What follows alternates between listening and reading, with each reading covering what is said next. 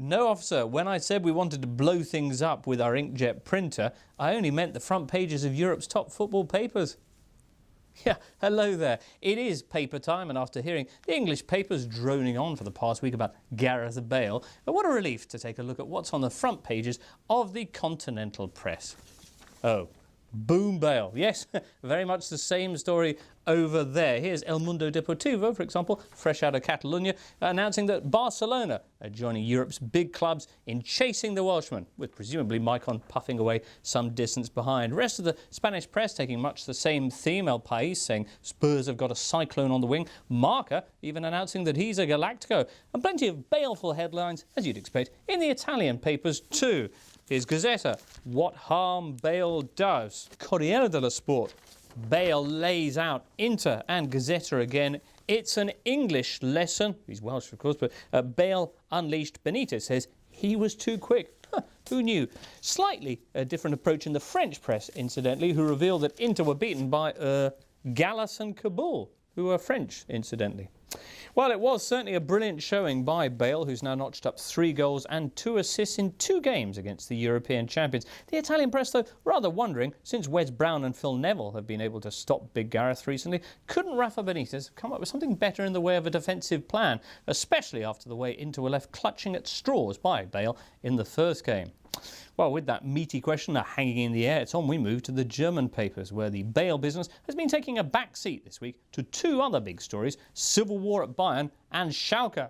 Now, Schalke are currently the subject of the most spectacular collapse since Nani last neared a penalty box. Second last summer in the Bundesliga, they're now all the way down in penultimate place. The man to blame is manager Felix Magath, who arrived last summer, broke up the spine of the old team, spent loads bringing in lots of big-name underachievers like Raul and Christoph Metzelder, and generally got the team into a rotten state.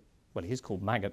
How serious are things? Well, says Bild, you talk like you're going down, you look like you're going down, and at this rate, you are going down. Can't argue with logic like that.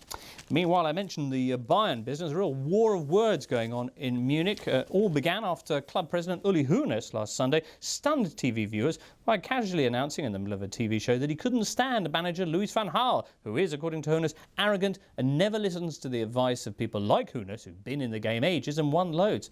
Well, this naturally prompted a frenzy in the German press. Headlines like, who's got all the power at Bayern? And Das stinkt Hoeneß Van Gaal, which rather disappointingly just means what upsets Hoeneß about Van Gaal. The answer being he's too much of a one-man show. Now, Bayern Munich's 4-0 win in the Champions League this Wednesday at Cluj has seen peace declared between the two. There's nothing like Bayern wins to keep people happy, as Juventus can tell you, of course. But with the Bavarians trailing 10 points in the Bundesliga behind leaders Borussia Dortmund, fears are, according to the paper, that this rift could cost the club the precious stability that they've been searching for. Cake shop. Well, finally then for today, on to the big midweek meeting of European legends in Milan. Yep, Marco Materazzi and Zinedine Zidane, who, as revealed in Marca on Thursday, 4 years on from that World Cup headbutt, finally made peace in the Milanese hotel room of who else but Jose Mourinho. Marco, you see, had popped by to see his old chum Jose. Zizou was there hanging out, and Mou did the rest. I say Mou, but really Orgasmou is his full title these days, as Marca explained, because there's very little that the Portuguese manager can't do. His Real Madrid team are destroying the competition in the Liga, and while on Wednesday night they failed to win against a markedly inferior Milan side, letting them come back from 1-0 down to 2-1 and then eventually drawing 2-2, the Spanish press explained that that wasn't Mou's fault at all, but actually Howard Webb's. Makes change from Rafa Benitez. Webb is, of course, the man who the Spanish press reckons stuffed up the World Cup final. And they say he did his best to do the same for Real this time, by failing to send off at least 2 Milan players, and by letting Pippo Inzaghi's second goal stand despite the fact, and this is going to come as a shock, that Pippo was offside. Still, not even Webb can stop Mou's boys, say Marca, who reckon this team looks like it's heading for number 10. 10 European Cups, that is. AS, meanwhile, with a splendid front cover on Thursday, here's Real's players celebrating their late equaliser and the headline there, "Take that, Webb."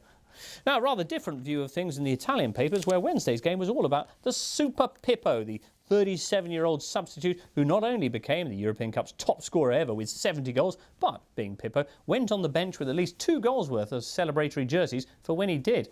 Here's the papers then. Corriere della Sera, Pippo Real. Gazzetta with a more economical Pippo Real. And some marvellous stuff in La Repubblica, who call Inzaghi a great Milanista vampire waiting in the shadows to flash his teeth and bring Milan back from the grave. Or, continues the paper, perhaps realising that this vampire business means he wouldn't be able to deal with crosses, perhaps Pippo's more like a vulture, feeding on the carcasses of others' errors. Well, it is remarkable stuff from Inzaghi, the man who, of course, can't play football, according to Johan Cruyff, but who has now scored more goals at Milan than Marco van Basten. Yep, still scoring like a younger man. Just like his president, in fact. On that note, anyway, that's it from this week's paper review. We'll be back with another heady cocktail of European headlines in a week's time, so hopefully you'll be joining us for that.